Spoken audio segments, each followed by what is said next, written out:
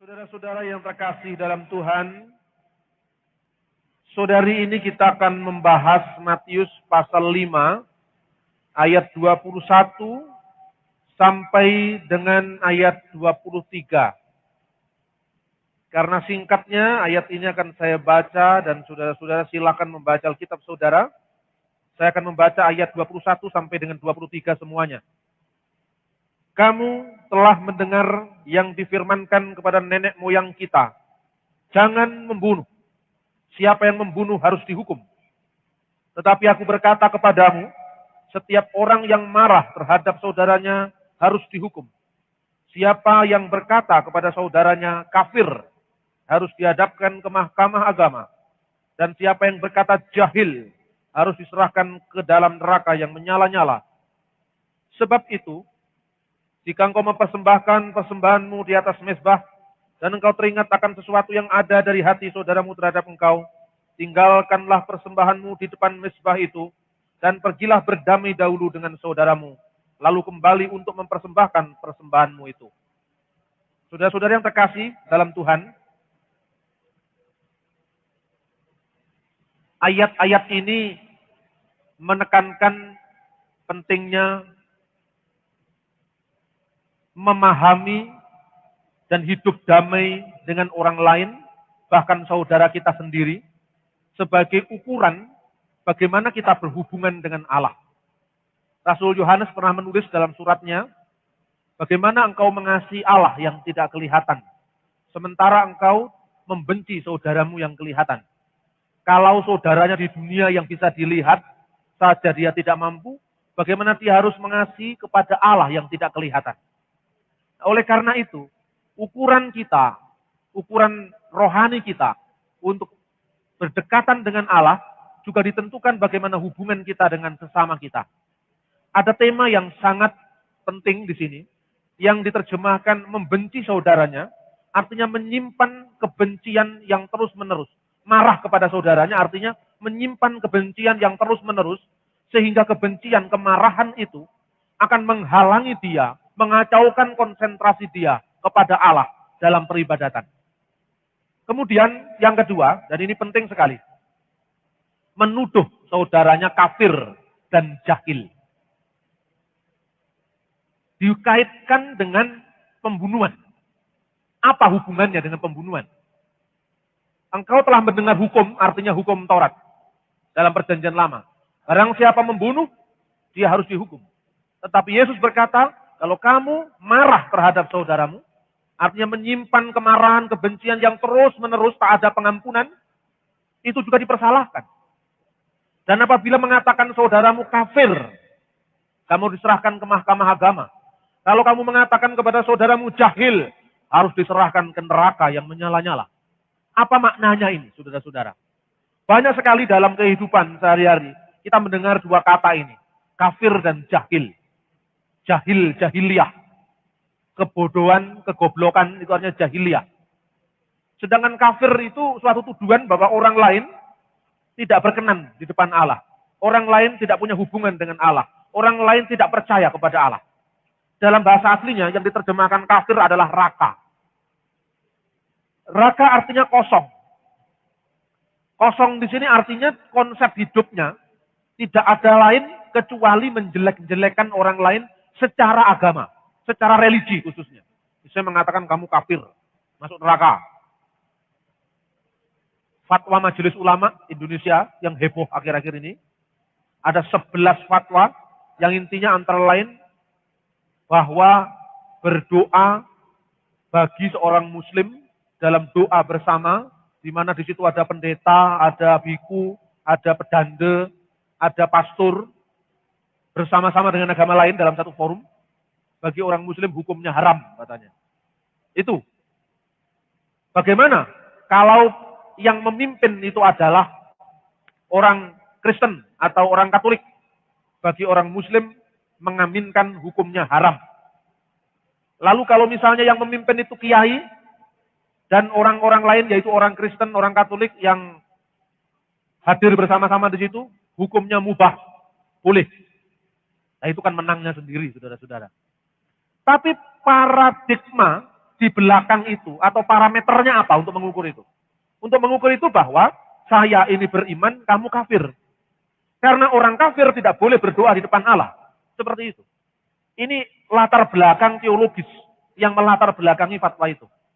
Orang Kristen misalnya dianggap kafir karena orang Kristen punya keyakinan bahwa Yesus itu Tuhan. Dan ini ditabrakkan dengan ayat Quran.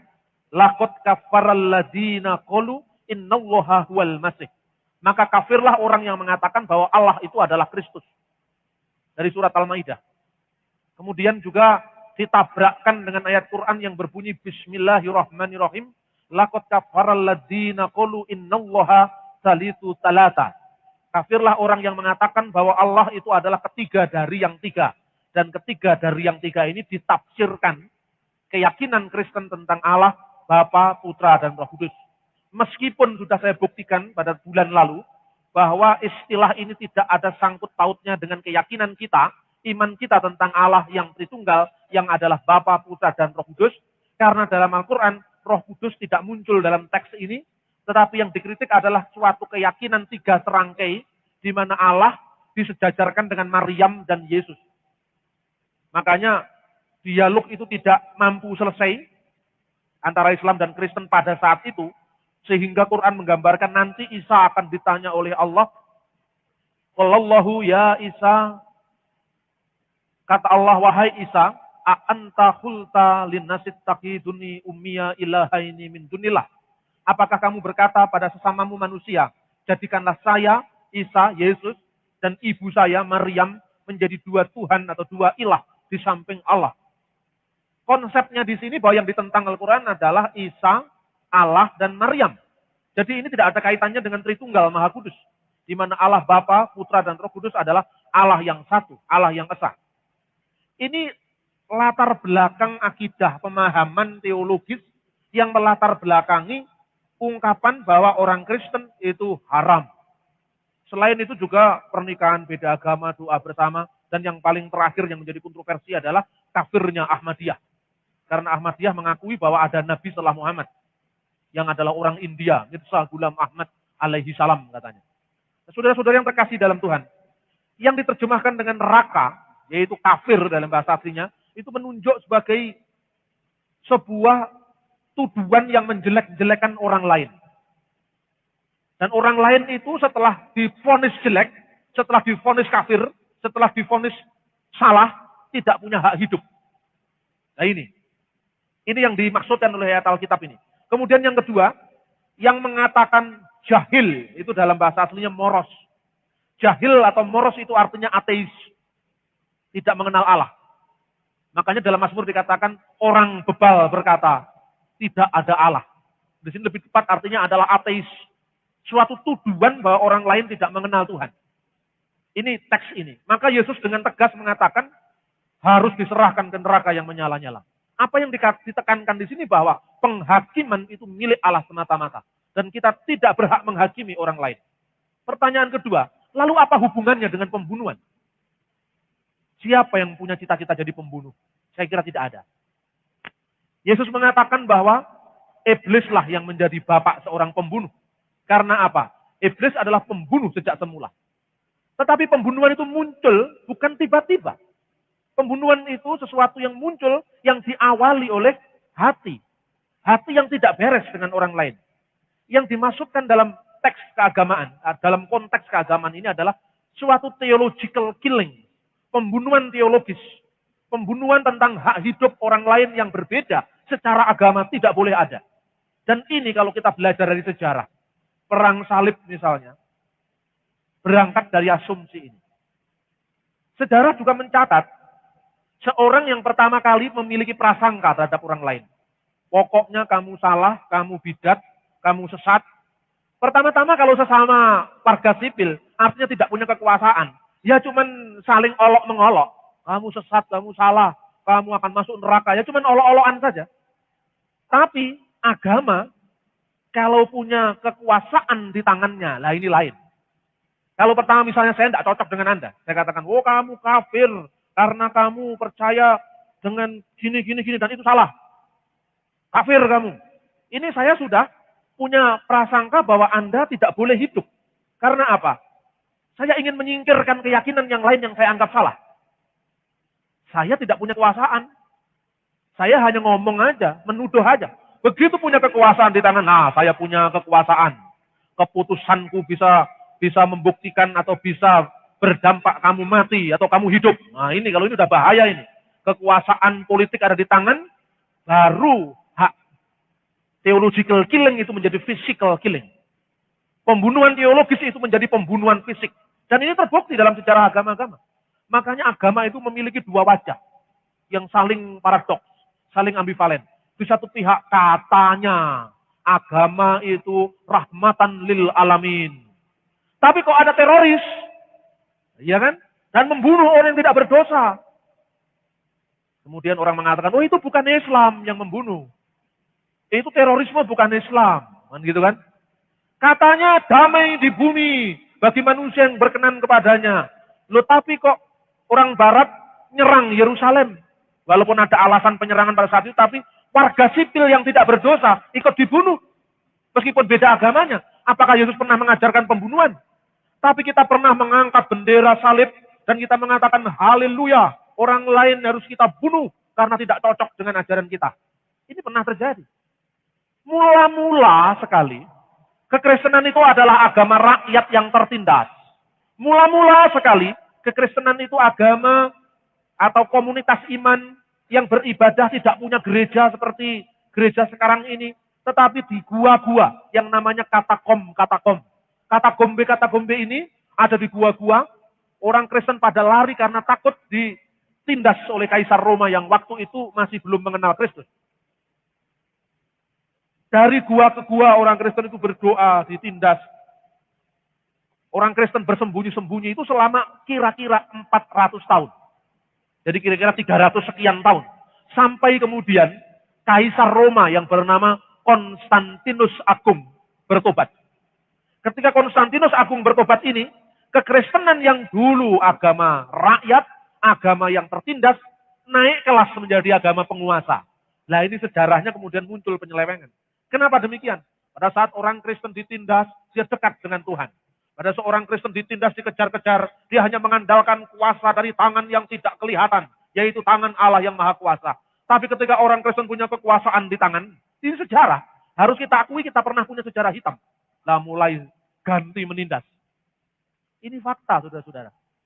Beberapa tahun setelah Konstantinus Agung naik takhta, yaitu Kaisar Roma satu-satunya yang Kristen. Dia itu punya musuh bebuyutan, yaitu Kaisar Persia, yang waktu itu namanya Sasaniyah atau Sasanid, yang pusatnya di Irak sekarang ini. Permusuhan ini berlangsung dari abad ke abad. Nah Konstantinus kemudian GR dikit, dia punya kuasa. Setelah dia diangkat menjadi kaisar dan membawai orang-orang Kristen, yang kekristenan jadi agama negara, kemudian dia menyurat kepada Kaisar Khusrus kedua. Kaisar Khusrus kedua adalah orang Persia. Mengatakan, Tuan Kaisar Persia, saya menitipkan orang-orang Kristen yang ada di wilayah Tuan dalam perlindungan Tuan. Karena waktu itu iman Kristen sudah tersebar dari Yerusalem ke arah timur dan selatan. Yerusalem ke arah timur dan selatan itu memasuki Antioquia di Syria, Iskandaria di Mesir, di Irak, di Yundisapur, di Edessa, sampai jauh ke pedalaman Afrika. Tetapi Injil berkembang ke arah barat, yaitu Roma, Konstantinopel, dan seterusnya, yang menjadi kekristenan barat. Tetapi surat Konstantinus ini dijawab oleh Kaisar Khusrus apa? Sahabat musuh saya juga. Nah ini. Setelah itu, justru karena surat Konstantinus ini, orang Kristen yang hidup di wilayah Persia ditindas luar biasa. Maksudnya Konstantin mau melindungi orang Kristen, tapi malah salah, orang Kristen dianiaya secara luar biasa pada saat itu. Kemudian saudara-saudara, di kisah gereja timur, kisah ini tidak harus dipercaya secara faktual, tapi kisah ini menggambarkan sebuah pengalaman iman dari agama rakyat menjadi agama negara. Saat itu ada 7 orang pemuda. Ini kisah ini belum tentu benar. Bahkan saya cenderung mengatakan kisah ini mungkin refleksi dari pengalaman kehidupan penganiayaan pada saat itu. 7 orang pemuda ini dikejar-kejar oleh Kaisar Dakius. Kaisar Dakius mengejar 7 orang pemuda yang adalah berasal dari kota Efesus ini. Mau ditindas karena mereka tidak mau menyembah Kaisar sebagai kurios. Ketika dia menghindari penindasan Kaisar Dakius ini, dia masuk ke dalam sebuah gua di kota Efesus. Bersama anjingnya. Jadi 7 orang dengan anjingnya. Kemudian di gua itu mereka tidur kira-kira 2 atau 3 hari. Kemudian 2-3 hari setelah dia merasa lapar, dia terbangun. Dia ngomong ke temannya, kamu mesti keluar dari gua ini hati-hati, beli makanan katanya. Karena kita sudah lapar. Awas jangan sampai mata-mata Kaisar tahu kalau kamu keluar. Oke, jadi saya akan berjaga-jaga di mulut gua, kamu menyelinap keluar tapi hati-hati ya. Salah satu pemuda kemudian keluar, maksudnya membeli makanan untuk dia dan ke-7 kawannya. Setelah itu dia ambil uangnya, bekalnya itu, dibelikan makanan. Waktu dia kasih uangnya ini, si pembeli kaget. Loh, ini uang sudah tidak laku ini. Ini uang langka ini. Uang ini sudah 250 tahun lebih yang lalu. Loh kenapa begitu? Kaisarnya sekarang sudah ganti. Kaisarnya sekarang orang Kristen. Yaitu Kaisar Theodosius kedua. Kaget dia bingung. Loh, saya baru tidur kira-kira 2 hari, 2 malam, hampir 3 hari ini. Enggak, itu Kaisar sudah 250 tahun yang lalu. Kamu ini sebenarnya sudah tidur 200 tahun lebih, tapi kamu merasa hanya 2 hari. Nah ini, kemudian dia ngomong ke teman-temannya, ayo kita keluar. Kaisarnya sudah ganti, bingung semua. Loh, kok cepat sekali 2 hari sudah ganti? Bukan 2 hari, 200 tahun lebih. Kaisarnya sekarang Kristen, lihat. Bendera salib di mana-mana. Mahkota Kaisar ada salibnya. Wah, kemudian dia senang bersyukur kepada Allah. Kisah ini namanya Ashabul Kahfi. Di gereja timur kisah ini menjadi kisah yang sangat populer. Jadi cerita rakyat. Ashabul Kahfi itu para penghuni gua. Nah, kisah ini termuat dalam tulisan abad ke-5 yang berjudul Ashabul Kahfi fi Mashadir Suryaniyah. Yaitu para penghuni gua menurut sumber Kristen Syria. Nah, Ashabul Kahfi ini dalam versi yang agak beda masuk jadi suratnya Al-Quran, yaitu surat yang ke-18 namanya surat Al-Kahfi. Jadi cerita tentang Al-Kahfi itu cerita 7 penghuni gua dari Efesus. Nah, kalau bagi orang Kristen karena ini bukan kitab suci, ya mungkin sekarang orang sudah tidak menaruh keyakinan apakah benar 200 tahun benar tidur. Tetapi itu adalah refleksi dari pengalaman iman. Dulu mereka ini ditindas, dianiaya, kemudian naik kelas kaget gitu. Kaget jadi terus kemudian kemelinti, saya kira seperti itu. Dulunya ditindas, sekarang ini jadi penguasa. Nah kalau Islam itu kan sudah ayat firman Tuhan. Itu. Jadi harus dipercaya apa adanya. Jadi kisah-kisah dalam Al-Quran itu, sesungguhnya sebagian juga sudah ada dalam cerita-cerita rakyat di gereja timur. Dan cerita-cerita ini tidak harus dipahami sebagai fakta sejarah. Tapi mengandung sebuah pengalaman sejarah. Pengalaman apa? Pengalaman akan umat yang teraniaya dan tiba-tiba menjadi umat yang besar.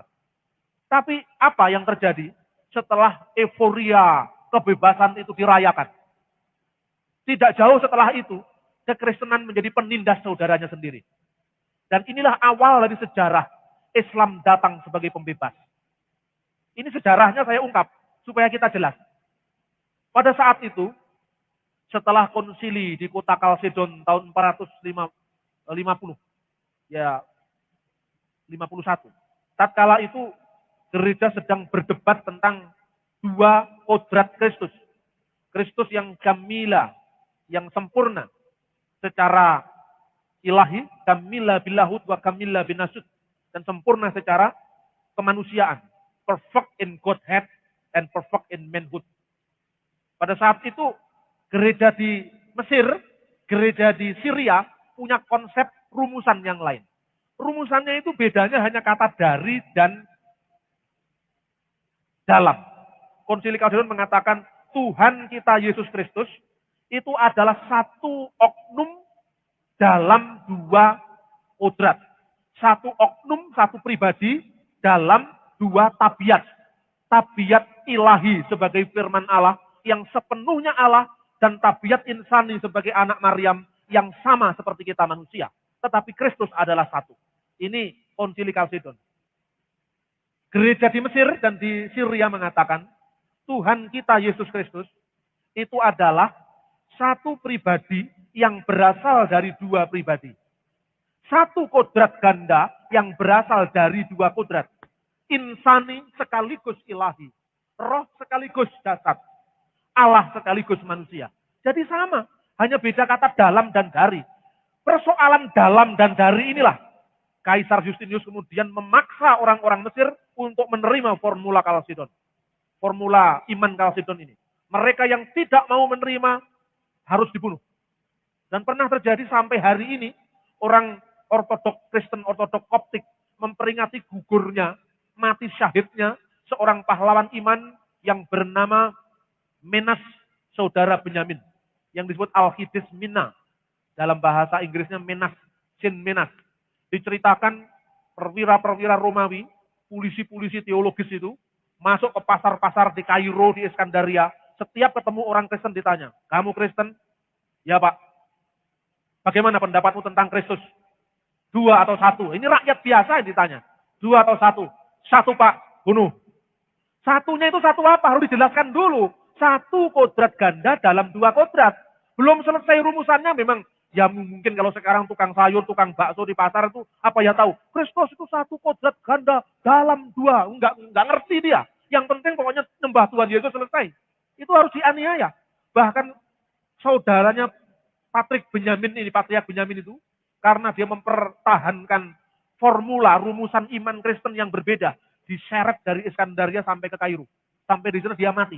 Dan kematiannya sekarang dirayakan sebagai syahid, sebagai pahlawan iman oleh orang Koptik. Jadi umat Kristen ditindas oleh Kristen yang lain. Karena apa? Karena menganggap kamu kafir, kamu jahil, kamu ateis, kamu salah. Islam juga begitu. Bahkan lebih dari itu. Sampai hari ini tidak berubah. Mayoritas orang Islam sebenarnya tidak setuju dengan itu. Tapi gaungnya yang namanya sosok Usamah bin Laden. Wah itu memang kalau Anda lihat iblis ya kayak Usamah itu. Sampai hari ini itu menghantui dunia. Saya meninggalkan Kairo sebelum Syam el-Sheikh dibom. Ada seorang teman saya yang bekerja sebagai manajer sebuah hotel internasional Ritz-Carlton di sana. Tapi alhamdulillah dia sudah pindah ke Jakarta, bom meletus. Orang Kristen itu, dan di sana dia sering bersama-sama dengan saya. Dan di mana-mana teror bom atas nama agama ini mengguncang dunia sekarang. Sejak peristiwa 11 September. Dunia ini diharu-birukan, ditakuti oleh sosok Usama bin Laden. Saudara-saudara, karena pandangan orang-orang seperti ini, pokoknya yang di luar saya salah. Mereka lupa bahwa sebenarnya kekerasan itu bisa terjadi dalam tubuh agama itu sendiri. Anda melihat sekarang, dalam sejarah, anaknya Sayyiduna Ali bin Abi Thalib, itu seorang menantu Nabi Muhammad sekaligus keponakan Nabi Muhammad, punya 2 anak, namanya Hasan dan Husain. Husain ini mati di tangan orang Muslim, yaitu dinasti Umayyah. Begitu juga Hasan. Mati sebelum dia berhasil disukseskan sebagai khalifah pengganti dari Nabi Muhammad. Yang sekarang ini Hasan dan Husain itu muncul sebagai sekte tersendiri dalam Islam yang namanya sekte Syiah. Ya inilah Islamnya Tuan Khomeini almarhum. Islamnya Ali Khamenei. Islamnya Iran sekarang ini. Jadi orang Iran itu mereka menyebut ahlu Syiah. Orang Syiah itu partainya Ali bin Abi Thalib. Ali ini dibunuh oleh Muawiyah. Muawiyah itu siapa? Gubernur Damaskus, pengikut setia Utsman. Ali dibunuh pengikut setia Utsman. Pada suatu saat sebelum terbunuhnya Ali, mereka mengadakan perjanjian arbitrasi. Perjanjian damai antara Ali dan Muawiyah. Ada pengikutnya Ali yang sangat fanatik namanya kelompok Khawarij. Kelompok Khawarij ini berasal dari kata kharaja yang artinya keluar. Maksudnya keluar dari barisan Ali. Kelompok Khawarij itu mengatakan ketika Ali yang di pertuan itu mengadakan perjanjian damai dengan Muawiyah sesama Muslim, lalu dia mengatakan, kami keluar dari Ali. Karena apa? Ali sendiri telah melanggar hukum Tuhan. Karena la hukma illallah, tidak ada hukum kecuali hukum Allah. Maka siapa yang terikat dengan perjanjian arbitrasi adalah kafir. Jadi kafir itu dialamatkan kepada orang sesama Islam. Itulah seterusnya sejarahnya, sampai sekarang kadang-kadang orang Syiah menganggap orang Sunnah. Sunnah itu pengikut Abu Bakar, Umar, Utsman, Ali ketika keempat-empatnya. Tapi Syiah hanya pengikut Ali saja. Itu dianggap kafir. Demikian juga sekelompok orang Sunnah tertentu menganggap orang Syiah kafir. Kelompok Sunnah menganggap Ahmadiyah kafir. Itu terjadi di kalangan Islam. Yang saya herani adalah, tatkala mereka misalnya merayakan syahidnya Hasan dan Husain, matinya Hasan dan Husain, kenapa kok arahnya jadi pertentangan Islam dan Kristen? Kenapa sekarang orang Kristen Irak ikut diusir oleh Syiah? Hanya gara-gara waktu seorang diri yang bernama Tariq Aziz, pendukung Saddam Hussein. Dan Tariq Aziz itu adalah seorang Kristen. Kenapa harus dikorbankan? Apa mereka tidak ingat yang membunuh Hussein dan Hasan itu orang Muslim sendiri? Begitu juga kalau ketika orang Koptik merayakan syahidnya Minas, saudara Benyamin. Apakah mereka lupa bahwa sebenarnya dulu justru Islam datang membebaskan orang Koptik.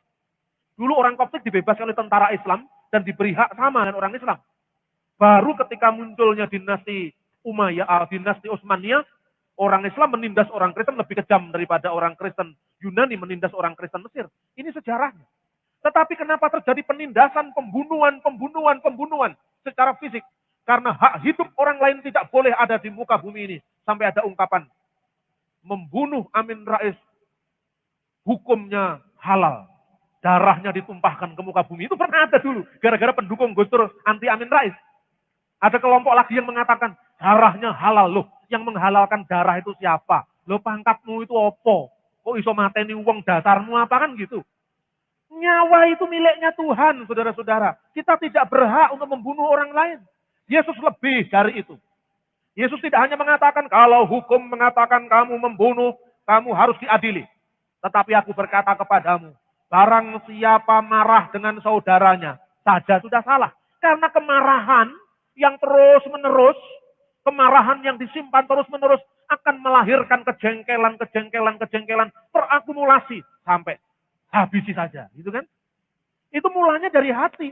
Jadi Yesus itu memberikan pagar sebelum kamu membunuh, iblis mempengaruhi kamu untuk membunuh, damai dulu supaya tidak ada unsur dalam dirimu agar dirimu mau menghabisi orang lain. Makanya dalam KUHP itu dipengaruhi oleh rumusan Kristen. Ada pembunuhan dan pembunuhan berencana. Ada Dutslah, ada Mord. Dutslah itu rumusannya gini. Kitab Undang-Undang Hukum Pidana, pasal 338. Barang siapa dengan sengaja merampas nyawa orang lain, diancam pidana penjara selama-lamanya 15 tahun.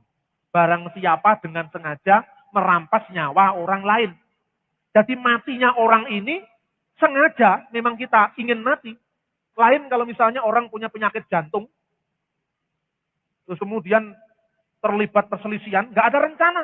Dia mengatakan, awas kamu, kalau kamu macam-macam saya bunuh kamu langsung plek matilah. Itu bukan pembunuhan. Itu penganiayaan, pengancaman yang menyebabkan kematian. Lain. Karena niat hatinya tidak membunuh. Yang lebih-lebih lagi, dan ini kira-kira bisa menerangkan paralelnya ayat Alkitab ini. Barang siapa digabung. Bukan barang jeda siapa. Kalau barang ini barangnya siapa. Ini barang siapa, jadi satu. Barang siapa dengan sengaja, dengan rencana lebih dahulu, merampas nyawa orang lain, maka diancam pidana penjara selama-lamanya 20 tahun dan pidana mati. Itu rumusannya. Namanya pembunuhan berencana. Yang dirumuskan dengan rencana lebih dulu, itu bahasa Belandanya, met voor bedachten rade. Met voor bedachten rade, itu artinya ada rancangan dalam hati. Ada niatan dalam hati. Dan kemudian setelah ada limit waktu untuk mikir-mikir kesempatan jadi enggak. Sampai kemudian memutuskan, kalau gitu habisi. Itu hukumannya lebih berat ketimbang pembunuhan biasa. Mengapa demikian? Kata Yesus, menyimpan kebencian, kemarahan yang terus-menerus, itu akan melahirkan tindak pidana pembunuhan. Menganggap orang lain kafir dan demikian tidak punya hak hidup di muka bumi ini. Menganggap orang lain jahiliyah, tidak punya hak hidup di muka bumi ini. Itu tersimpan terus dalam memori orang dan kemudian terjadilah kerusuhan, dia mengatakan, bagaimana Pak Komandan? Habisi, bakar gerejanya, bunuh pendetanya. Ini terjadi karena apa? Karena dalam hatinya sudah diliputi oleh roh membunuh. Roh membunuh itu pertama bukan membunuh fisik, tapi membunuh ide, membunuh pandangan, membunuh keyakinan yang berbeda, dan tidak boleh ada hak hidup orang lain. Jadi kira-kira ayat ini kalau diterjemahkan dalam KUHP, make for bedachten rada. Karena memang KUHP itu dipengaruhi sekali oleh moralitas Kristen di Eropa pada saat itu. Saudara-saudara yang terkasih dalam Tuhan. Karena itu Yesus menekankan, jangankan membunuh, sebelum engkau membunuh, punya niatan untuk membunuh, segala perasaan, segala sakit hati, segala kemarahan, segala dendam, selesaikan. Tidak boleh menyimpan kemarahan sampai matahari terbenam. Artinya apa? Kemarahanmu itu sedinoe wis bar. Orang yang marah itu orang yang menderita. Coba Anda dendam dengan orang lain, sakit hatinya. Dendam itu sakit, lebih baik kan nggak usah dendam. Isi goengnya dianggap nggak ada, dianggap nggak enak, selesai sudah. Tapi kalau kita menyimpan dendam, kemarahan, dan seterusnya, ini akan melahirkan apa? Pembunuhan. Karena itu, jangankan hanya membunuh, jangankan sampai membunuh, hanya menyimpan kebencian yang terus-menerus, kemarahan yang terus-menerus, menuduh orang lain, menjelek-jelekan orang lain kafir, menjelekkan orang lain murtad, menjelekkan orang lain sebagai jahil, itu juga dipersalahkan secara moral. Karena itu, Yesus berkata, kalau kamu sedang mengadakan persembahan di bait Allah, dan kamu masih punya masalah dengan saudaramu, tinggalkan persembahan ini. Damai dulu dengan saudara. Sudah damai, kosong-kosong, tidak ada masalah, balik lagi berdoa kepada Allah. Sehingga doa kita tidak dihalangi oleh kebencian kita, tidak dihalangi oleh kemarahan kita, tidak dihalangi oleh sakit hati kita kepada orang lain. Maka murnilah ibadah kita. Amin. Saudara-saudara yang terkasih dalam Tuhan. Dalam sejarah, kafir itu memang sering muncul sebagai wacana politik untuk mengesahkan tindakan meniadakan orang lain. Saya ingin memberikan contoh. Contoh apa? Dalam syariah Islam, sekarang ini kan di spanduk-spanduk Partai Keadilan itu dituliskan.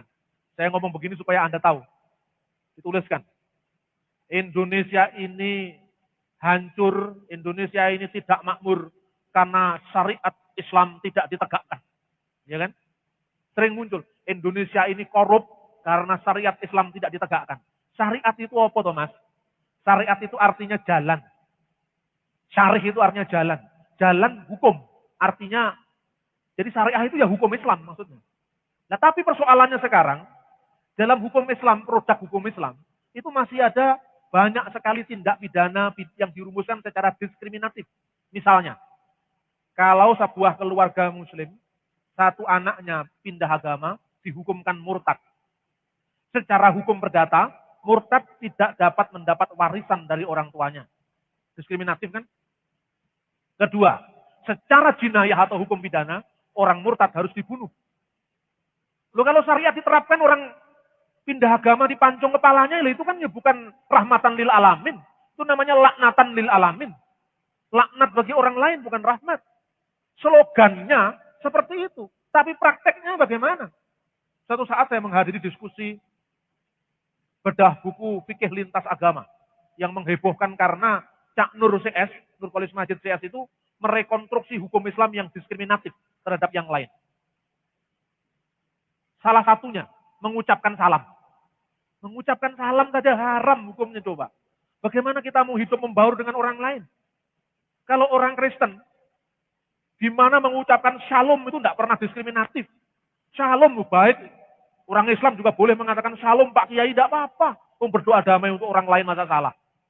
Tapi sebagian dari ulama Islam mengharamkan mengucapkan salam kepada orang non-Islam. Kalau ada orang non-Muslim mengucapkan assalamualaikum, ojo dijawab katanya. Harus dijawab saja dengan wa'alaikum titik. Bukan wa'alaikumsalam, tapi wa'alaikum titik. Kenapa? Assalamualaikum. Salam sejahtera bagi kalian. Wa'alaikum dan bagi kamu. Saja. Bagi kamu entah wa'alaikumsalam atau wa'alaikum laknat. Gitu loh. Nah ini ada kitab hadis yang diriwayatkan oleh Abu Hurairah. Saya tahu ini mimbar ibadah gereja. Tapi ini menjadi wacana dalam kehidupan sehari-hari. Dan umat Kristen harus tahu tentang masalah itu.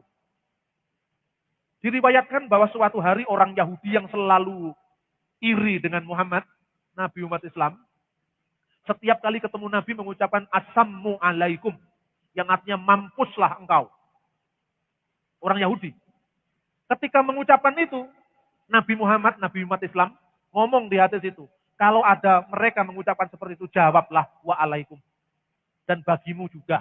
Entah itu laknat, entah itu salam gitu loh. Itu konteksnya orang yang mencelakai atau menghujat, menjelek-jelekan Nabi Muhammad. Tapi kalau salamnya baik, masa harus dibalas dengan jelek? Coba. Nah, ayat ini, hadis ini ditafsirkan harafiah. Makanya para Madinah lewat fikih lintas agama itu mencoba rekonstruksi ulang. Produknya hukum fikih ini bukan representatif diakui sebagai seluruh dunia muslim. Dikatakan seperti ini. Kalau seandainya mengucapkan salam itu tidak boleh. Saya mau tanya katanya. Bagaimana dengan suratnya Rasulullah Nabi Muhammad, Nabi umat Islam kepada Raja Negus. Raja Negus itu raja Kristen di Ethiopia sekarang, waktu namanya Habsah. Yang waktu itu melindungi orang-orang Islam dari penganiayaan orang-orang Arab Quraisy. Orang Mekah Quraisy itu, yang memusuhi Islam. Diterima mereka dengan baik. Suratnya Muhammad itu bunyinya begini. Min Muhammad Rasulullah ila najasi al-asyam ad-dimu Habsah. Apa ini? Defense mekanisme yang terlalu berlebih-lebihan. Di Quran ditulis begini, tidak semuanya ahli kitab itu sesat. Di antara mereka itu ada orang-orang yang berdiri pada yang benar. Mereka cirinya yatluna ayatillahi anna al-laili wahum yasjudun. Mereka membaca ayat-ayat Allah pada tengah malam dan mereka sembahyang dengan bersujud. Loh, lah ini kan tidak semua orang Kristen salah. Ini ada orang Kristen yang benar ini. Menurut surat Al-Imran ayat 113. Lalu kelompok yang garis keras ini mengatakan, oh itu orang Kristen yang sudah masuk Islam. Jadi kalau orang Kristen tetap Kristen ya jelek, tidak bagus. Yang sudah masuk Islam. Katanya Cak Nur, ya tidak mungkin kalau masuk Islam. Kalau masuk Islam seruannya bukan ahli kitab, tapi ya Muslim. Ahli kitab itu Yahudi dan Kristen katanya. Ini macam-macam begini nih. Lah yang cukup menarik adalah ketika Muhammad mengutus orang-orangnya untuk mengadakan pertemuan dengan Negus itu, ada seorang Quraisy Arab, ya, yang dulunya agama pagan, penyembah berhala, masuk Islam bersama istrinya Ummu Habibah binti Abu Sufyan, masuk Islam. Kemudian dia ikut rombongan hijrah ini ke Habsah, ke Ethiopia. Setelah ketemu dengan masyarakat Kristen, dari penyembah berhala, percaya Islam, percaya Muhammad, kemudian masuk Kristen. Loh itu ada di dalam sejarah Islam. Cuman tidak pernah masuk di pengajiannya A'agim atau Jainuddin Amjad. Itu ada dalam sejarah Islam. Itu tertulis dalam Sirah Nabawiyah li Ibn Hisham. Bahkan di sana itu disebutkan falama kat maha tansir. Dan di sanalah kemudian dia masuk Kristen. Namanya Ubaidillah bin Jahsi. Di sanalah falama kat maha tansir menjadi Nasrani. Lalu disebutkan dengan terang-terangan. Wa farikal Islam. Dan meninggalkan agama Islam. Wa halaka hunnalika Nasranian. Dan mati di sana sebagai seorang Nasrani. Kemudian setelah suaminya masuk Kristen, istrinya dikawini oleh Nabi Muhammad. Di antara ke-15 istri Rasulullah itu, salah satunya adalah Ummu Habibah binti Abu Sufyan. Ini sejarahnya. Pada saat saya menghadiri diskusi buku Fikih Lintas Agama di Kairo di Wisma Indonesia, itu pembicara dari Al-Azhar berapi-api sekali. Pokoknya menurut hadis, orang-orang yang murtad harus dihukum mati. Itu adalah ketentuan Allah Subhanahu wa Ta'ala. Nah itu, lah yang dari kalangan para Madinah, salah satunya diwakili oleh orang-orang moderat NU yang kuliah di Al-Azhar juga. Konteksnya apa dulu? Kemudian saya dibisiki sama salah seorang teman penyelenggara yang Islam moderat. Namanya, Mas, silakan bicara. Jangan, saya Kristen. Itu kan forum kalian. Enggak apa-apa. Sampai bicara nanti kan kaget mereka. Langsung saya bicara. Saya disuruh bicara. Padahal saya cerita, saya rencananya mau beli tempe. Beli tempe, beli kangkung biasanya saya. Itu yang biasanya jualan sama mahasiswa Al-Azhar. Itu saya bicara. Bagaimana tentang fakta Ubaidillah yang dari agama berhala masuk Islam kemudian masuk Kristen? Ini ada dalam sejarah. Kenapa tidak dihukum mati? Jawabannya karena Islam tidak punya kekuatan politik, satu. Waktu itu belum punya kekuatan politik. Yang kedua, saya mengatakan, banyak orang-orang murtad, murtad itu berbalik mundur masuk Islam, kemudian meninggalkan Islam itu namanya murtad. Kemudian dibunuh pada masa Khalifah Abu Bakar. Kenapa dibunuh? Nah ini persoalannya. Tapi pada kasusnya Ubaidillah nggak dibunuh.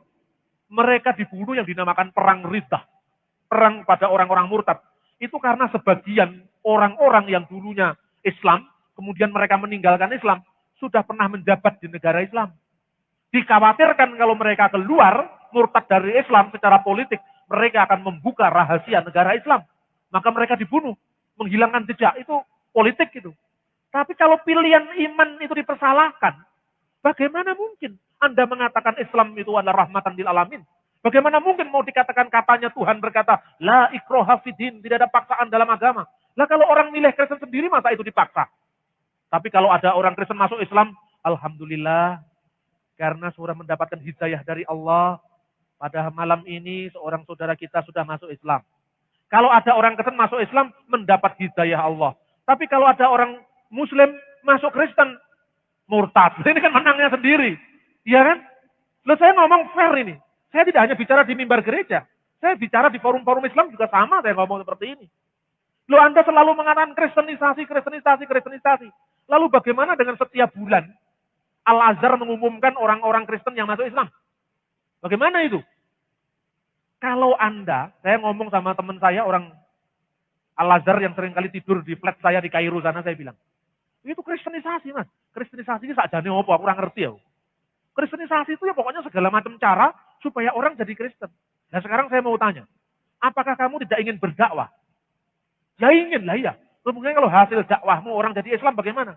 Ya alhamdulillah. Ya kalau kamu senang ada orang lain masuk ke agamamu. Kenapa kamu sewot kalau orang agamamu masuk ke agama lain? Itu konsekuensi demokrasi. Kenapa harus ada kristenisasi, kristenisasi? Kemudian tidak ada tema Islamisasi, Islamisasi. Yang fair dong saya bilang. Oh iya ya lah iya. Berarti kalau hidup ini fair-fairan ini kan enak.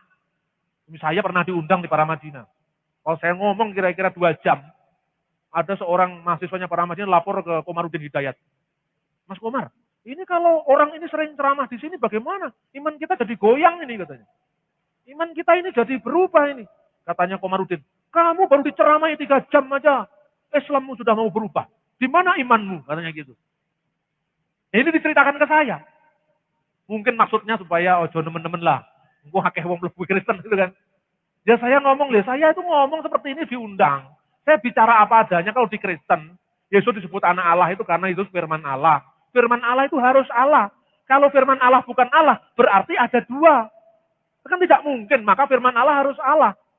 Firman itu bersama dengan Allah dan firman itu harus Allah. Kalau firman Allah itu sama-sama kekal dengan Allah dan dia bukan Allah, berarti musyrik. Ada 2 Allah, satunya Allah yang disebut Bapa, 2 nama Sang Firman itu ilah tersendiri. Inilah ajaran saksi Yehova. Saksi Yehova kan mengatakan, in the beginning was the word, and the word was with God, and the word was a God. Nah itu. Pada mulanya adalah firman, firman itu bersama dengan Allah, dan firman itu suatu ilah. Yang benar aja Pak saksi Yehova. Kalau firman itu suatu ilah, berarti kamu mengakui ada ilah lain selain Allah. Ilah yang nomor 2. Kalau ilah ini menciptakan langit dan bumi bersama sang pencipta yang bernama Allah itu, maka Allah kerjasama dengan ciptaannya menciptakan langit dan bumi. Itu namanya politeis atau musyrik. Kan begitu. Tapi ya, argumen semacam ini perlu diajarkan di gereja, agar kita tanggap menghadapi saksi Yehova. Saya membaca majalah Gloria tadi. Ada seminar saksi Yehova di Kupang. Ngomongnya begini, pembicara seminar itu. Pokoknya memang doktrin Tritunggal itu sulit dijelaskan dengan akal. Tapi justru disitulah letaknya keunggulan Kristen. Karena memang Allah itu Allah yang maha kuasa yang tak terpahami. Itu bukan jawaban. Ketika gereja merumuskan Tritunggal itu namanya teologi. Teologi itu logos, logika tentang agama, tentang Allah. Berarti konsili itu merumuskan Tritunggal dalam bahasa umat manusia agar dipikir, dipahami secara rasio. Nah, gara-gara dia tidak mampu menjelaskan untuk saksi Yehova, kemudian justru mengatakan, itu memang Tritunggal tidak masuk akal. Kalau masuk akal kan Allah di bawah kita. Wih padi nih Raiso jawab. Lah yang kayak begini bagaimana mau dialog dengan saksi Yehova? Saya setuju Allah itu tidak bisa dipikirkan dengan akal seluruhnya. Tapi bukan irasional. Bukan tidak masuk akal. Tapi mengatasi akal. Di atas akal, bukan tidak masuk akal. Kalau namanya ilmu itu mesti dijelaskan. Definisinya ilmu itu bisa dipahami secara logis, sistematis, metodologis, koheren satu sama lain itu ilmu. Lah kalau teologi disebut ilmu, berarti ilmu ini harus bisa menjelaskan dalam batas-batas logika mengapa Allah disebut Tritunggal.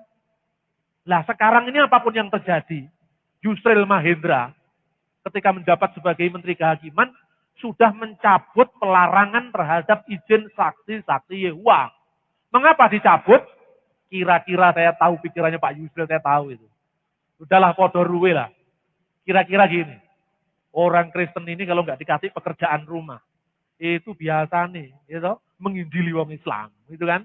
Supaya dia tidak menginjili orang Islam, kasih tugas saksi Yehova dibebaskan, biar dia ngurusi saksi Yehova, gitu loh kira-kira. Iya toh? Paham, ini politik. Karena itu gereja harus siap. Siap untuk memberikan jawaban. Siap untuk memberikan pengajaran pada umat. Siap untuk memberikan pencerahan kepada umat. Supaya umat mengerti dan tidak kagetan. Di kota kecil Blitar, coba bayangkan. Itu ada 70 anggota, 70 keluarga. Dari 70 kakak, anggota saksi Yehova. Datang ke rumah saya, mau menginjili ibu saya, orang tua saya. Terus dijawab, saya sudah punya gereja. Iya Bu, tapi ini bukan gereja. Ini kita berbakti pada Yehuwa. Ibu saya bingung, Yehuwa itu apa katanya? Yehuwa itu namanya Allah, itu Yehuwa. Oh begitu katanya. Bagi saya Yesus sudah cukup. Loh enggak Bu, kita enggak boleh menyembah Yesus. Yang kita sembah itu Yehova saja. Oh gitu. Nah di mana ibadahnya? Mari Bu, kita datang ke balai kerajaan. Nah ibu saya semakin bingung. Balai kerajaan itu apa? Balai kerajaan itu balai desa itu doain. Tidak mau pakai istilah gereja, balai desa, balai kerajaan. Yehuwa itu mulai muncul macam-macam. Saudara-saudara yang terkasih dalam Tuhan Yesus, ini yang melatar belakangi vonis-vonis kafir, murtad dan sebagainya. Itu sebenarnya sudah bukan secara pribadi. Silahkan Anda memiliki pandangan bahwa Yesus itu jalan kebenaran dan hidup. Tapi kalau Roh Kudus tidak mengizinkan orang lain sama dengan kita, apakah kita harus membunuh mereka? Masya Allah, sama sekali tidak. Lalu kafir itu apa? Pernah suatu saat, Anda kenal sekarang ini di toko-toko buku, dipenuhi dengan buku-buku tentang Syekh Siti Jenar. Siapa Syekh Siti Jenar? Itu adalah seorang wali yang dianggap kafir, murtad. Karena mengajarkan manunggaling kawula Gusti. Suatu hari, wali Songo bersidang di Demak, dipimpin oleh Sunan Giri. Mengirim utusan ke Siti Jenar. Kamu ngomong sebagai utusan dari para wali Songo, kamu harus menangkap Syekh Siti Jenar. Iya Tuan, datang. Diketuk pintu, Assalamualaikum, waalaikumsalam. Tuankah yang bernama Syekh Siti Jenar? Oh bukan, di sini tidak ada Siti Jenar. Neng kene ora ono Syekh Siti Jenar. Sing ono Gusti Allah. Wah ini, balik lagi dia ke Demak. Wah Tuan, tidak ada yang namanya Syekh Siti Jenar. Yang ada katanya di sana Gusti Allah. Tangkap Gusti Allah. Datang lagi. Assalamualaikum, waalaikumsalam. Kenapa? Saya disuruh menangkap Gusti Allah katanya. Di sini tidak ada Gusti Allah. Sing ono Syekh lemah bang, Syekh Siti Jenar. Balik lagi. Tuhan, di sana tidak ada Gusti Allah. Yang ada Syekh Siti Jenar. Oh kalau gitu tangkap sekaligus Siti Jenar dan Gusti Allah. Karena mereka mengajarkan manunggalnya kawulo Gusti. Kawulo itu manusia, Gusti itu Gusti Allah. Jadi menyatu jadi satu. Bukan Siti Jenar saja, bukan Allah saja. Tapi Allah dan Siti Jenar. Saya disuruh menangkap Gusti Allah sekaligus Syekh Siti Jenar. Ingsun iki katanya. Ditangkap kemudian dibunuh di Demak. Tapi ketika diadili itu ada kata-kata yang mengucapkan gini. Ana kafirun indanas walakin mu'minun indallah. Saya ini kafir di hadapan manusia. Minal mumkini, sangat mungkin. Minal mumkini ana kafirun indanas walakin mu'minun indallah. Tetapi saya beriman di hadapan Allah. Di mata Allah saya iman. Tapi mungkin di mata manusia seperti kamu ini saya kafir. Jadi apa definisi kafir?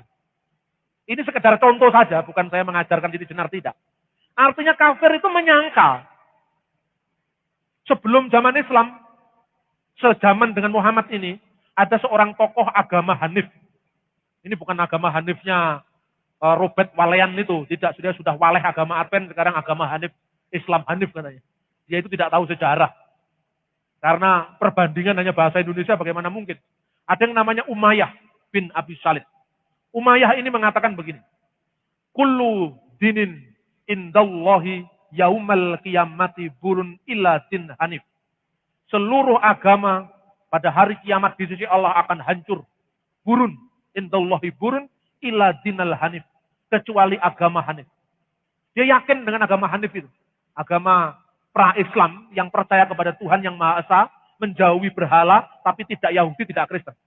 Tapi kemudian dia mengatakan, ketika itu dia ingin jadi nabi, tapi sudah kedahuluan Nabi Muhammad. Lalu dia tidak bisa menerima Muhammad, tapi dia bisa menerima Allah itu esa. Lalu menulis dalam syairnya, Hadihil mardatu muniyati wa anna a'lamu inna dinnal hanifiyah hakun walakinna syakka yudakilluni fi Muhammad. Ini sudah menjadi nasibku, kalah jadi nabi tadi. Dia ingin jadi nabi, tapi Nabi Muhammad sudah berhasil, dia tidak punya penganut. Ini sudah jadi penyakit, ini sudah jadi nasibku. Sesungguhnya saya yakin bahwa agama Hanif itu benar. Tapi tentang Muhammad saya ragu. Kemudian penulis-penulis sejarah Muslim mengatakan, jelaslah bahwa Hanifiyah ini agama tersendiri sebelum Islam. Umayyah akhirnya mati pada tahun 9 Hijriah. Dalam keadaan kafir, kafir terhadap berhala, sekaligus kafir terhadap Muhammad. Yang pertama kan enak, kafir terhadap berhala. Sesungguhnya setiap orang Kristen harus kafir terhadap berhala. Ini kalau meminjam istilahnya Sayyid Mahmud Al-Kimni yang menulis buku Umayyah meninggal dalam keadaan kafir terhadap berhala, tapi juga kafir terhadap Muhammad. Karena dia menolak Muhammad, dia menolak Islam. Setiap orang Islam adalah kafir terhadap Yesus sebagai Tuhan. Dia hanya mengakui sebagai Nabi. Setiap orang Yahudi mengkafiri ketuhanan Yesus. Setiap orang Kristen harus kafir terhadap Muhammad. Jadi kalau sekarang mendengarkan kata kafir, jangan Anda bingung. Kamu kafir. Memang benar saya kafir terhadap Nabi Muhammad. Kalau saya beriman pada Nabi Muhammad, aku jadi Islam. Gitu kan. Jadi kafir enjoy saja. Dituduh kafir, alhamdulillah. Memang saya kafir terhadap Islam. Tapi saya mukmin terhadap Allah. Saya beriman kepada Allah yang kami kenal dalam nama Yesus Kristus. Firman Allah yang hidup, yang menjamin hidupku, yang menentukan masa depanmu. Lemangan ramelok kowe kok bingung kan gitu. Ya enggak? Kalau ada tuduhan kafir jangan bingung sekarang. Inilah makna kafir dalam sejarah. Karena itu jangan gampang kagetan, jangan gampang gumunan kalau ada berita yang macam-macam. Kiranya Tuhan memberkati kita. Sebagaimana yang saya katakan tadi pagi, pada forum terakhir ini masih ada waktu beberapa menit. Kalau Anda punya pertanyaan, dipersilakan untuk Anda mengajukan pertanyaan, baik langsung maupun tertulis, tapi jangan banyak-banyak. Silakan. Ada? Silakan, yang di belakang. Terima kasih Pak, atas kesempatan yang diberikan kepada saya.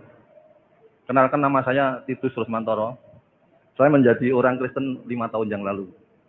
Saya hanya ingin bertanya Pak, di dalam surat 2, ayat 136 dalam Al-Quran, menyatakan bahwa Al-Quran merupakan kelanjutan Alkitab, dan oleh karena ia tidak berkontradiksi dengan Alkitab. Pertanyaan saya yang nomor 1, kalau timbul konflik atau kontradiksi antara Alkitab dengan Al-Quran, maka mana yang harus dikesampingkan? Yang nomor 2, kalau pernyataan dalam Al-Quran itu benar, bisakah pernyataan Allah dalam Alkitab itu dikoreksi dengan pernyataan Al-Quran tersebut? Yang nomor 3, jikalau Allah bertentangan dengan dirinya sendiri, apakah Allah bisa disebut sempurna? Terima kasih. Tuhan berkati. Mengenai Al-Quran, sebetulnya dalam Islam itu tidak lazim menyebut surat 2, surat 5 itu tidak lazim. Surat 2 disebut surat Al-Baqarah gitu. Surat 3 itu surat Ali Imran, itu kurang lazim menyebut surat 3, surat 5 itu kurang lazim. Sebut saja surat Ali Imran, surat Al-Baqarah, surat An-Nisa. Kalau dalam klaim Islam, Islam itu kontinuitas dari kitab-kitab sebelumnya.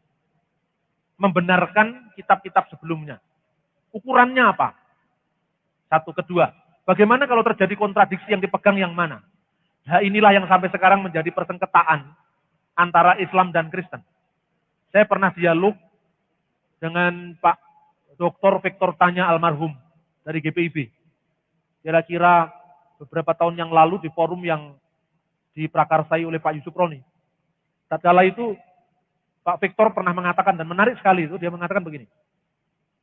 Jangan mengukur perjanjian lama berdasarkan perjanjian baru. Tapi mestinya mengukur perjanjian baru dari perjanjian lama. Ini secara historis. Konsekuensinya apa? Jangan mengukur perjanjian baru dan perjanjian lama atas dasar Quran. Tapi mestinya mengukur Quran berdasarkan perjanjian baru, mengukur perjanjian baru dari perjanjian lama. Kan gitu mestinya. Karena apa? Yesus misalnya. Yesus itu Tuhan, itu penyimpangan. Diukur sekarang. Apa benar penyimpangan? Apa buktinya? Mazmur 110 ayat 1. Firman Tuhan kepada Tuhanku, duduklah kamu di sebelah kananku. Firman Tuhan Yahweh kepada Tuanku Adonai. Tuhanku atau Tuanku Adonai. Orang Yahudi sebelum zaman Yesus sudah mengatakan, Adonai pada ayat ini diterapkan bagi Mesias yang akan datang. Yaitu Mesias sang putra Daud. Jelas. Putra Daud sekaligus tuannya Daud. Karena putra Daud secara fisik, tuannya Daud secara rohani. Karena Daud itu makhluknya Yesus. Yesus firman Allah. Firman Allah adalah Allah. Tidak bertentangan dengan perjanjian lama. Seluruh konsep tentang Yesus dalam perjanjian baru dari perjanjian lama. Penggenapannya di perjanjian baru, ramalannya, nubuatnya di perjanjian lama, semua cocok. Nah seharusnya seperti itu pula. Tidak mengukur perjanjian baru dari Quran, tapi mengukur Quran dari perjanjian baru. Loh, kalau datang kemudian harus dicocokkan dengan yang di sebelumnya. Ya kan? Kalau nggak cocok, ya itu problem sendiri. Jangan kemudian dibalik, yang kemudian nuduh yang sebelumnya palsu, itu tidak fair. Dalam hal ini perlu diadakan diskusi-diskusi teologis yang bisa menjawab problem ini ke depan. Wah, ini ada pertanyaan yang bagus sekali. Udah dipersiapkan rupanya ini dari siang. Yesus disebut Tuhan karena dia adalah firman Allah yang lahir ke dunia tanpa Bapa lewat perawan Maria. Yesus itu Tuhan, maka di dalam dia ada harapan, ada mujizat, ada kuasa Allah. Allah memberikan kuasa yang ada di surga dan di bumi sehingga Yesus disebut Tuhan yang terkemuka di dunia dan di akhirat. Dari konsep di atas berarti Yesus dipakai Allah untuk memberitakan firman Allah lewat pernyataan-pernyataan Yesus. Hanya di mana Yesus sebelum Bapa di atas kayu salib. Allah juga mendelegasikan kuasanya kepada Yesus baik di mana Yesus belum disalib sampai sekarang. Lalu apa perlunya Yesus memperkenalkan Roh Kudus? Apakah Roh Kudus dianggap wakil Yesus dalam mendelegasikan kuasa Allah? Apakah Roh Kudus itu hanya suatu pengakuan adanya kuasa Allah? Bukankah iman Kristen Tritunggal Maha Kudus itu dianggap orang seberang terlalu complicated? Mereka mencerna adanya Allah dan Tuhan saja sudah sulit, apalagi ditambah dengan pengertian Roh Kudus. Terima kasih. Yesus disebut Tuhan karena Allah telah memberikan kuasa di surga dan di bumi. Sehingga Yesus disebut Tuhan yang terkemuka di dunia dan di akhirat, itu benar. Tetapi statement Anda yang pertama salah. Yesus disebut Tuhan karena ia adalah firman Allah yang lahir ke dunia, ini salah. Yesus disebut Allah karena dia adalah firman Allah. Jadi Tuhan dan Allah itu pengertiannya beda. Yesus disebut ilahi sepenuhnya karena firman Allah itu adalah Allah. Dalam pengertian firman Allah itulah Yesus disebut Allah. Tetapi dalam pengertian Yesus menerima kuasa di surga dan di bumi, Yesus disebut Tuhan. Ini pengertiannya mengenai Godhead of Jesus Christ dan Lordship of Jesus Christ. Dalam pengertian Lord, Yesus itu diangkat sebagai penguasa oleh Allah. Tapi dalam pengertian God, dalam pengertian Allah, Yesus itu firman Allah. Maka ayatnya berbunyi, pada mulanya adalah firman, firman itu bersama Allah, dan firman itu adalah Allah. Anda pasti tidak mendengarkan ceramah saya bulan lalu. Mesti membeli kaset itu supaya jelas. Lebih jelas konteksnya. Jadi istilah Allah saya jelaskan pada minggu lalu, bulan lalu, tema bulan lalu ada kasetnya dijual di depan. Itu menjelaskan tentang firman Allah adalah Allah. Melalui firman ini Allah menciptakan langit dan bumi. Maka Yesus itu firman Allah, Yesus itu adalah Allah. Terus kemudian Anda mengatakan, Yesus dipakai Allah untuk memberitakan firman Allah. Yesus bukan memberitakan firman Allah. Yesus sendirilah firman Allah. Kalau hanya memberitakan firman Allah, ini sama dengan nabi-nabi yang lain. Yesus disebut firman Allah sendiri, bukan dia memberitakan firman Allah. Makanya bulan lalu, saya selalu mengatakan seperti ini. Kalau nabi-nabi dalam perjanjian lama, selalu mengawali kata-katanya dengan firman Tuhan datang kepadaku, katanya seperti ini, seperti ini. Beritakanlah. Firman Tuhan datang kepada Amos katanya. Firman Tuhan datang kepada Yeremia katanya. Firman Tuhan datang kepada Daniel katanya dan seterusnya. Tapi di perjanjian baru tidak pernah tertulis firman Tuhan datang kepada Yesus katanya. Tidak pernah ada. Karena apa? Yesus itu adalah firman. Pada mulanya adalah firman. Firman itu bersama dengan Allah dan firman itu adalah Allah. Dan ayat 14 Injil Yohanes pasal 1. Firman itu telah menjadi manusia. Jadi Yesus sendiri adalah firman yang menjadi manusia. Makanya dia selalu mengucapkan, sesungguhnya aku berkata kepadamu. Dia berbicara dengan wibawanya sendiri karena apa? Dia adalah firman Allah yang menjadi manusia. Makanya seluruh nabi-nabi saya katakan, berdoa aminnya di belakang. Amin di belakang. Tapi Yesus selalu bicara aminnya di depan. Kecuali kalau dia mengajar doa lain. Kata yang diterjemahkan sesungguhnya aku berkata kepadamu. Dalam bahasa aslinya ditulis amin aku berkata kepadamu. Amin itu adalah otoritas diri Yesus karena dia adalah firman itu sendiri. Kalau di dalam gereja berbahasa Arab, kata amin diterjemahkan dengan ungkapan al-haqo aqulu lakum. Dengan sungguh-sungguh aku berkata kepadamu. Yesus berbicara dengan wibawa dirinya sendiri sebagai firman Allah yang menjadi manusia. Kemudian Anda bertanya, konsep iman Kristen Tritunggal dianggap terlalu complicated. Terlalu complicated karena dijelaskan menurut logika orang Barat. Logika orang Barat itu begini. Kalau mau mengucapkan statement, harus berangkat dari kasus dulu. Ya kan? Besi kalau dipanasi memuai. Tembaga kalau dipanasi memuai.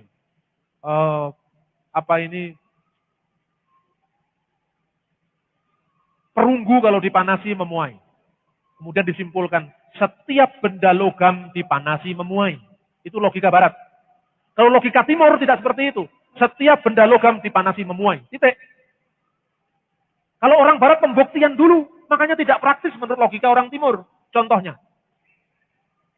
Bapa adalah Allah, Anak adalah Allah, Roh Kudus adalah Allah. Tapi tidak ada tiga Allah, hanya ada satu Allah. Bapa adalah Maha Kuasa, Putra Maha Kuasa, Roh Kudus Maha Kuasa. Tapi tidak ada tiga yang Maha Kuasa, hanya ada satu yang Maha Kuasa. Seperti yang disampaikan di pengakuan iman Athanasius yang ditulis di Roma. Dan itu Athanasius yang bukan dari Iskandaria. Itu disebut pseudo Athanasian. Karena itu pengakuan ini ditolak oleh gereja timur. Karena tidak praktis. Kalau mau mengatakan Allah itu esa, titik.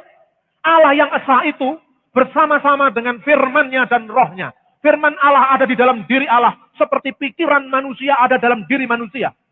Roh Allah bersama dengan Allah. Seperti roh manusia ada dalam diri manusia. Manusia tanpa roh almarhum. Allah tanpa roh bukan Allah yang maha hidup. Allah tanpa firman bukan Allah yang maha kuasa. Firman Allah dan roh Allah menyatu dalam diri Allah yang satu. Titik. Jelas.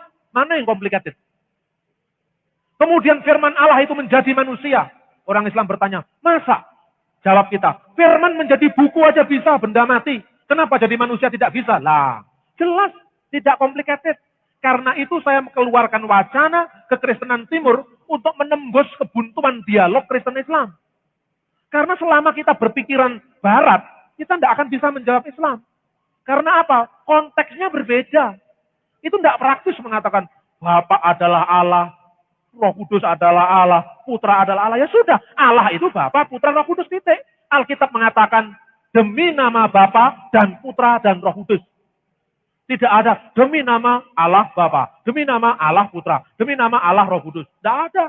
Yang ada demi nama Bapa, Putra, Roh Kudus. Dan yang diterjemahkan demi nama, itu esto onoma. Demi satu nama. Bismil Abi.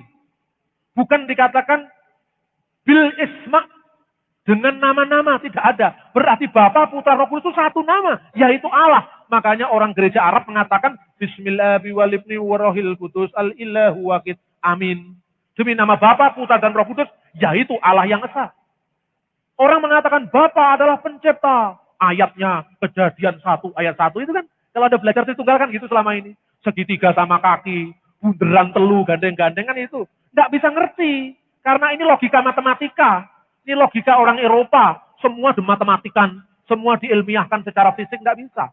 Bicara tentang Tritunggal itu metafisik. Putra adalah pencipta. Ayatnya Yohanes pasal 1 ayat 1 sampai 3. Roh Kudus pencipta, Yeskil pasal sekian. Nggak praktis. Dikatakan Bapa itu pencipta. Allah yang menciptakan itu, menciptakan dunia dengan firman-Nya. Jadi, maka jadilah. Lalu dia menghidupi dunia dengan rohnya. Roh Allah melayang-layang di atas permukaan air. Memberi hidup pada ciptaan, jelas. Tidak usah dipisah-pisah. Bapa adalah Allah. Putra adalah Allah. Roh Kudus. Tidak praktis. Malah Wesley Brill bikin buku dasar yang teguh. Bab tentang Allah Bapa. Bab tentang Allah Anak. Bab tentang Allah Roh. Tidak praktis. Iya kan? Makanya kita seringkali ditolak karena tidak praktis. Tapi penjelasan saya tentang Tritunggal yang berangkat dari tradisi gereja. Sejak konsili Nikea, Konstantinopel, Efesus. Diterima oleh banyak kalangan muslim. Anda bisa baca misalnya bukunya Hasyim Muhammad. Anda bisa beli di toko buku ini. Tadi malam saya lihat masih ada. Di toko buku Gunung Agung. Tadi malam saya lihat masih ada. Judulnya adalah Kristologi Qur'ani. Telaah kontekstual ajaran Kristen dalam Al-Quran. Karya Hasyim Muhammad. Dikata pengantari oleh Profesor Dr. Amin Syukur MA. Dekan Fakultas Usuluddin IAIN Wali Songo, Semarang. Dia bisa mengakui Tritunggal itu sesuai dengan konsep keesaan Allah. Dengan membaca teks-teks makalah saya yang saya sajikan di IAIN Sarif Hidayatullah, Jakarta. Anda bisa baca di toko buku ini, Gunung Agung. Buku itu masih ada kemarin saya lihat, ada 3 buku, tidak salah. Kemudian tentang Roh Kudus. Roh Kudus itu adalah hidup Allah. Lalu orang mengatakan, Roh Kudus itu oknum apa bukan? Nah ini perkataan menurut saya pertanyaan yang sudah tidak relevan. Kata oknum itu sendiri pengertiannya ganda, saudara. Saya tidak setuju dengan istilah oknum itu bukan berarti saya tidak mengakui bahwa Bapa, Putra, dan Roh Kudus itu berbeda. Bapa bukan Putra, Putra bukan Bapa, Bapa bukan Roh Kudus. Tapi Bapa, Putra, dan Roh Kudus adalah Allah yang satu. Itu sama dengan mengatakan pikiran saya bukan berbeda dengan saya. Pikiran dan roh berbeda. Tetapi roh, pikiran itu satu dalam diri saya. Orang bisa mengatakan, Bapa pencipta, Putra pencipta, Roh Kudus pencipta. Lalu bertanya, Bapa itu maha besar, Putra maha besar, Roh Kudus maha besar. Itu sama dengan orang bertanya gini, Pak Bambang, saya mau tanya Pak, yang clear Pak. Ya. Yang menulis buku Religi dan Religiusitas Bung Karno itu, Pak Bambang, apa pikirannya Pak Bambang, apa rohnya Pak Bambang? Ayo. Terus saya jawab, kok enggak apa-apa, sirahmu rodok panas saya tahu itu. Iya kan? Ini pertanyaan tidak praktis. Orang mengatakan Bapa pencipta, Putra pencipta, Roh Kudus pencipta. Kalau Bapa, Putra, Roh Kudus adalah satu, tidak perlu dipertentangkan, tidak perlu diperbandingkan. Karena memang itu adalah Allah yang satu. Pikiran yang tidak praktis ini yang ditolak oleh saudara-saudara kita umat Islam dan orang Yahudi. Karena itu gereja perlu belajar dari pengalaman gereja lain. Kalau bicara soal puji-pujian, nah saya mengaku kalah dengan Pak Cece. Orang Ambon suaranya bagus. Ya toh? Saya belajar dari Pak Cece. Tapi soal pengajaran dalam konteks bagaimana diterima oleh pihak lain yang berbeda. Mungkin yang lain belajar dari saya. Karena setiap orang punya talenta masing-masing. Inilah persekutuan tubuh Kristus yang satu. Saling melengkapi, bukan saling meniadakan dan mempertentangkan. Yang kedua, Yohanes 14 ayat 6. Yesus menjawab, akulah jalan untuk mengenal Allah dan mendapat hidup. Tidak seorang pun dapat datang kepada Bapa kalau tidak melalui aku. Ini kalau tidak salah lewat terjemahan bahasa Indonesia sehari-hari. Yesus adalah jalan atau tujuan. Yesus sebagai perantara menuju Bapa. Yohanes 14:28. Kalian sudah mendengar aku berkata, aku akan pergi, tetapi aku akan datang kembali kepadamu. Kalau kalian mengasihi aku, kalian akan senang. Aku pergi kepada Bapa, sebab Bapa lebih besar daripadaku. Siapakah yang lebih besar, Allah Bapa atau Yesus? Berarti ada tingkatan kemampuan. Ini waktu khotbah saya bulan lalu Anda tidak masuk. Ini sudah saya kupas ketika saya membahas tentang saksi Yehova. Makanya kalau mendengar khotbah saya itu berseri. Karena terkait satu sama lain. Lebih besar mana Allah Bapa atau Yesus? Ayat ini jelas mengatakan Bapa lebih besar daripada aku. Tetapi Yesus sebagai apa dulu?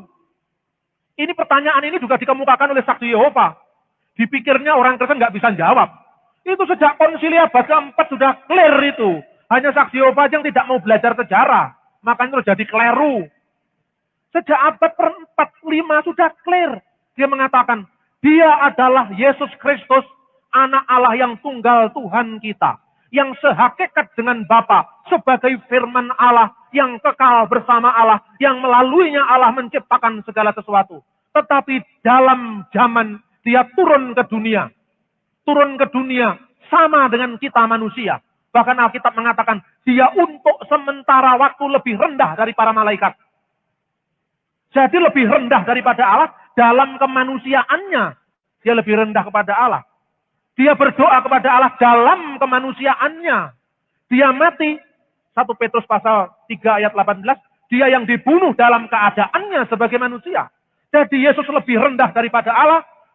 Allah lebih besar daripada dia dalam keadaan kemanusiaan Yesus. Makanya Ibrani pasal 1 ayat 8 sampai 9 dikatakan, tahtamu ya Allah kekal untuk selama-lamanya. Lalu ayat 9, karena itu Allahmu telah mengurapi engkau. Loh, ayat 8 Yesus disebut ya Allah. Ayat 9 Yesus disebut Allahmu, dia punya Allah. Maknanya apa? Ayat 8 menunjuk kepada Yesus sebagai firman Allah dan firman Allah itu adalah Allah. Ayat 9 menunjuk kepada Yesus dalam wujud nuzulnya sebagai manusia. Ini jelas saudara-saudara. Karena itu saya pernah tantang tadi Yehova. Ayo kita adakan debat terbuka. Berani enggak? Saya pernah tantang presidennya itu. Saksi Yehova itu di Jakarta. Tahun 97 itu. Oh enggak Pak, kita ini tidak perlu berdebat loh. Tidak perlu berdebat tapi kamu masuk rumahnya orang Kristen untuk mendebat. Itu jenenge lecet itu. Kamu hanya kemelinti pada orang yang di bawah kamu. Ayo sekarang kita berdebat. Disaksikan oleh media massa. Orang saksi Yehova kan gitu. Teks terjemahan diambil dari NW. NW itu singkatan dari New World Translation of the Holy Scriptures. Terjemahan diambil dari terjemahan bahasa Inggris sehari-hari. Today's Arabic version. Kalau menguntungkan dia diambil, menguntungkan diambil. Datang ke saya. Tidak usah ngomong terjemahan, tidak usah ngomong terjemahan. Woconen teks aslinya iso enggak? Tidak bisa Pak, mulio. Pertobat. Itu loh.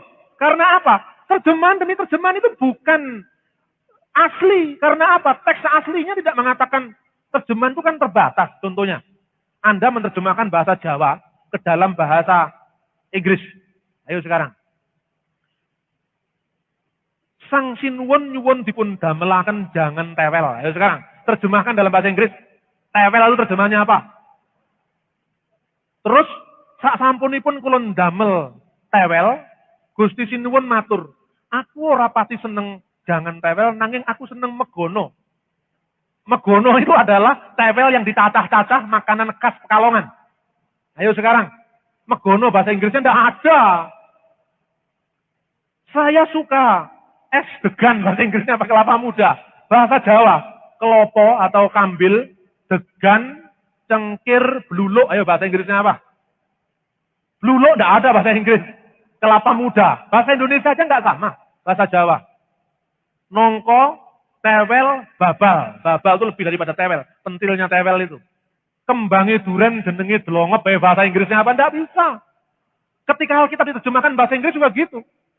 Ini kasih. Yesus mengatakan agape, storge, philia, eros. Bahasa Inggrisnya hanya satu, love.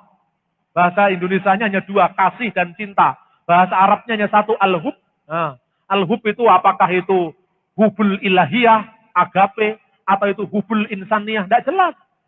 Maka untuk menghadapi saksi Yehova harus merujuk kepada teks asli langsung, KO langsung. Nah ayat ini, mungkin saudara mendapatkan pertanyaan-pertanyaan dari saksi Yehova. Yesus disebut sebagai Allah karena dia firman Allah. Tentu firman Allah itu adalah Allah. Pada mulanya adalah firman, firman itu bersama Allah dan firman itu adalah Allah. Tidak perlu bertanya lebih tinggi mana, lebih rendah mana. Tapi ketika firman menjadi manusia, ya jelas Yesus lebih rendah daripada Allah. Umurmu belum sampai 50 tahun. Kok kamu mengatakan seperti itu? Lalu Yesus mengatakan, sesungguhnya aku berkata, sebelum Abraham jadi, aku sudah ada. Lalu ayat 42, pasal 8 Injil Yohanes, karena aku ini datang dan keluar dari Allah. Aku yang keluar dari Allah itu siapa? Yesus itu metu teko endi? Yesus sebagai manusia metu teko Maria. Artinya dia keluar dari Maria secara fisik. Tetapi itulah pertanyaan orang Yahudi, umurmu belum 50 tahun. Yang belum 50 tahun itu kemanusiaan Yesus yang dilahirkan oleh Maria. Sehingga ayat Alkitab mengatakan buah tubuh Maria. Tetapi aku yang keluar dari Allah itu siapa? Bukan anaknya Maria yang terbatas ini. Tetapi firman Allah yang adalah Allah keluar dari Allah. Seperti pikiranku keluar dari aku. Dan pikiranku sebelumnya sudah ada dalam aku. Dan tidak perlu bertanya, lebih tinggi mana Pak pikiranmu dengan kamu? Iya toh? Clear, tidak bukan hal yang terlalu Sophisticated menurut saya kalau kita pahami menurut logika orang timur. Sederhana sekali. Itu yang pertama. Yang kedua, waktu dibaptis, ini katanya saksi Yehova lagi. Yesus dibaptis di sungai Yordan. Roh Kudus jadi burung merpati di atas Yesus. Di surga ada suara, anakku, engkaulah anakku yang kukasih, kepadamulah aku berkenan. Kata saksi Yehova. Kalau Yesus itu adalah Allah, lalu suara siapa yang mengatakan di atas itu? Lalu statusnya burung merpati itu apa? Roh Kudus ada di situ. Ini jelas 3, bukan 1. Ini logikanya orang matematika. Gitu? Logika orang matematika seperti itu. Tapi logika metafisika, logika teologi berbeda. Orang mengatakan, Pak, ketika Yesus mati di atas kayu salib, itu mati beneran, mati. Dikubur beneran, dikubur ya mati. Di surga tinggal berapa? Matematika itu. Karena apa? Di surga tinggal berapa? Satunya mati. Di kuburan 3 hari 3 malam. Berarti 3 hari 3 malam Tritunggal pernah jadi Dwitunggal. Itu logika matematika. Yang mati ini kan kemanusiaannya. Firman Allah tidak bisa mati. Makanya di gereja timur, teologi itu dinyanyikan. Kudusulillah, kudusulil kowi kudus. Kudusulillah yamut irhamna. Kudusun, kudusun, yaman sulibta anirhamna. Itu nyanyian itu menarik. Kuduslah engkau ya Allah. Kuduslah engkau yang maha kuasa. Kuduslah engkau yang tak berkematian. Yang disalibkan bagi kami. Kasihanilah kami. Kuduslah engkau ya Allah. Yesus sebagai firman Allah adalah Allah. Kuduslah engkau yang maha kuasa. Yesus sebagai firman Allah, dia adalah Allah yang maha kuasa. Kuduslah engkau yang tak berkematian. Sebagai firman Allah yang menyatu dengan Allah tidak bisa mati. Tetapi ketika turun ke dunia, kemanusiaannya mati, disalibkan bagi kami. Tetapi kemanusiaan dan keilahian Yesus itu adalah satu. Ini jelas, kasihanilah kami. Ini namanya Kidung Trisagion. Kalau di Mesir dinyanyikan lebih mendayu lagi. Begini. Ya man hiya akram minas sarubim, warfa amazdan bi ghairi qiyas minas sarubim. Ya man hiya bi ghairi fasadi wulitu kalimatullah. Akonanaki walidatu lillahi yakinu adim. Akonanaki walidatu lillahi haleluya. Itu nyanyiannya seperti itu. Jadi firman Allah itu dikandung tanpa cacat celah. Maka tatkala orang Yahudi berkata, umurmu belum 50 tahun. Orang Yahudi membatasi pada fisik Yesus yang kelihatan yang dilahirkan oleh Maria. Tetapi orang Yahudi lupa. Sebelum Abraham ada, aku sudah ada. Itu menunjuk kepada karena aku datang dan keluar dari Allah. Yang keluar dari Allah itu firman Allah. Tapi sebelum firman Allah keluar dari Allah, firman Allah itu sudah ada dalam diri Allah dan adalah Allah. Perumpamaannya jangan apa itu 3 dikurangi 1, tidak. Pertanyaannya saya pernah di satu masjid di Batu, saya tanya gini. Lalu ketika Yesus disalib, di surga tinggal berapa? Sekarang saya tanya dulu. Anda percaya dalam Al-Quran diucapkan innallaha ma'as-sabirin. Allah beserta orang yang sabar. Amin, percaya. Hitungan. Di kota Batu wong sabar jumlahnya piro? Ayo sekarang. Jumlahnya 100. Satunya tinggal di sana. Di Bumi Haji. Satunya tinggal di Temas. Satunya tinggal di sekolah Alkitab Batu itu. Satunya tinggal di I3. Satunya tinggal di mana? Semua orang sabar disertai oleh Allah. Allah pada saat yang sama, di 100 tempat yang berbeda, menyertai orang yang sabar. Saya bertanya, opo Gusti Allah jadi 100? Loh enggak. Lah kenapa? Karena Allah itu roh. Tidak bisa diumpamakan dengan pertanyaan saksi Yehova. Yesus di sungai Yordan, burung merpati di atasnya, Allah di atasnya lagi. Lebih tinggi mana? Itu logika wong belajar matematika, Cak. Tidak sama dengan logika orang belajar teologi ya. Maka saksi Yehova, goblok itu. Karena apa? Firman Tuhan diukur menurut matematika itu keliru. Tidak ngerti batas-batas ilmu. Karena itu, saya kalau berdebat dengan saksi Yehova, waduh, madep, mantep, Injil mesti menang. Sudah.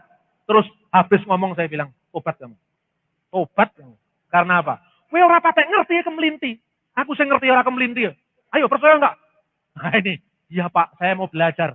Saya tanya dulu sama bos saya, Pak. Bosmu mesti orang ngerti. Bosmu orang ngerti konrene bosmu. Itu jangan masuk lagi ke rumah orang Kristen ya. Kamu masuk ke rumah orang Muslim.